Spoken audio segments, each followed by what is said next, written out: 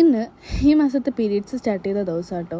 പെൺകുട്ടികളെ സംബന്ധിച്ച് ആ ഒരു ദിവസങ്ങൾ ഓർക്കാനേ ഇഷ്ടമില്ലാത്ത കാര്യങ്ങളാണല്ലേ. എനിക്ക് പതിവിനേക്കാളും കൂടുതൽ വയറുവേദനയും പെയിനും വോമിറ്റിങ്ങും കാര്യങ്ങളൊക്കെ വന്നിട്ട് സഹിക്കാനേ പറ്റുന്നുണ്ടായിരുന്നില്ല. കുറച്ച് നേരം കൺട്രോൾ ചെയ്തെങ്കിലും കയ്യിൽ നിന്ന് പോയെന്ന് മനസ്സിലായതോടെ ഞാൻ ഹോസ്പിറ്റലിലേക്ക് പോയിട്ടുണ്ടായിരുന്നു കേട്ടോ. കാരണം എൻ്റെ ജീവിതത്തിൽ സഹിക്കാൻ പറ്റാത്ത പെയിനും കാര്യങ്ങളും ആയിരുന്നു ഈ വട്ടം എനിക്കും ഉണ്ടായിരുന്നത്. രാത്രി ട്രിപ്പ് ഇട്ട് വീട്ടിൽ വന്നെങ്കിലും രാവിലെ ആയി കഴിഞ്ഞപ്പോൾ അതിൻ്റെ ഡബിളായി. പിന്നെ നേരെ ഹോസ്പിറ്റലിലേക്ക് ഒന്നും കൂടി വെച്ച് പിടിച്ച് ഒരു 2-3 ട്രിപ്പ് കിട്ടി കഴിഞ്ഞപ്പോഴേക്ക് ഞാൻ ഒന്ന് ഓക്കെ ആയിട്ടോ.